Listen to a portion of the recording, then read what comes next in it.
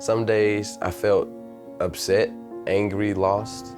They've taken me from my safe place and placing me in a home with strangers I didn't have any help or anyone to turn to or anything like that. Anthony was placed in foster care when he was 6 years old due to his birth mom's drug use while pregnant with his baby sister.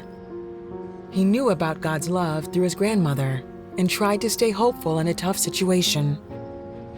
I prayed sometimes when I was feeling down and then other days I questioned him. Why am I here?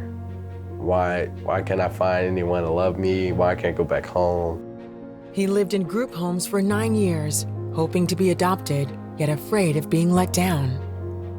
I didn't get my hopes up for anything, basically, because I didn't want to get my hopes up too high and it not happen. Because deep down, I wanted it to work. I wanted to get out the system. I didn't want to deal with the bonds of being a ward of the state anymore. I just wanted, have a loving family, a forever home. At 15 years old and after a failed adoption, he began losing hope. He got in trouble at his high school and was sent to Pathways Alternative School, where he met Dr. Bennie Berry, a teacher at the school. And he came there and he volunteered to say the pledge at the beginning of the day. He volunteered, he was in ROTC at his home campus. He volunteered to hang the flag. I was impressed. I felt like, oh, this kid is a leader. This kid is a leader. He's different from the rest. He has initiative. Bennie was single and had no children of her own. In class, students joked that they loved Dr. Berry and wished she was their mom. Anthony jumped in and wasn't joking. The discussion went to families.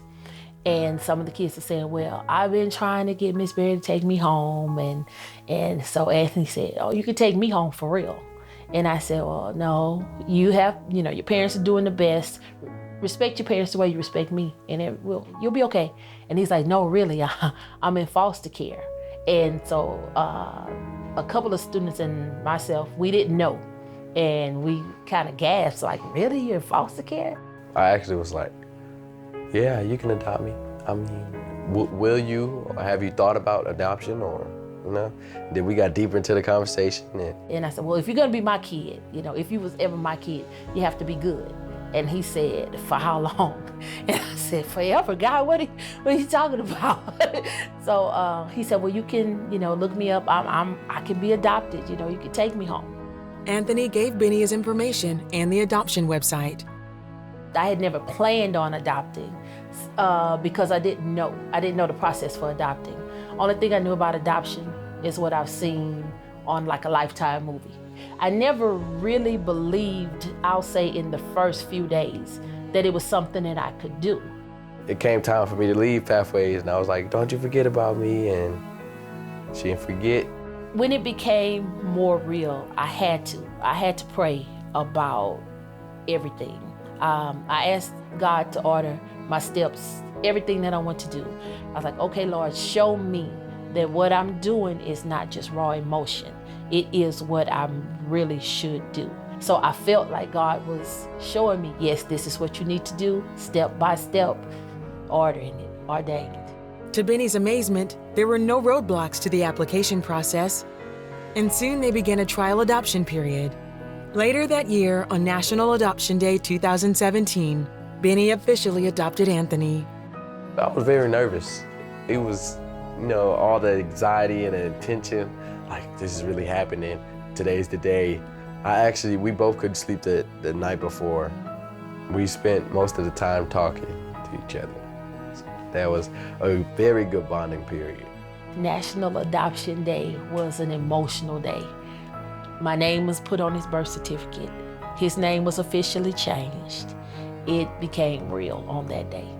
Everything we had prayed for, every step that I had asked God to order, we're now at the end of the road. It's over. It is official. We are a family.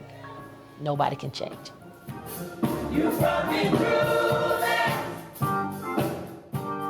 The trait that best defines this new family of two is gratitude for one another and to God, who opened the door and their hearts. He's bringing us all the way. He's carrying us. Like he carried the cross, he's carrying us on his back. I'm thankful for her just loving me and taking a 16-year-old, well, 15 going on 16-year-old boy into her home, a troubled boy at that. I love it. It's something that I never thought I would have. I'm happy. For someone my age to get adopted, it's very rare. I didn't know that I could love somebody so much besides my parents. I needed him probably as much or more than he needed me. I don't tell him a lot because I don't want to think he has the upper hand. But I am more than proud of him. I thank God for the opportunity to help mold somebody who I know is going to do wonderful things.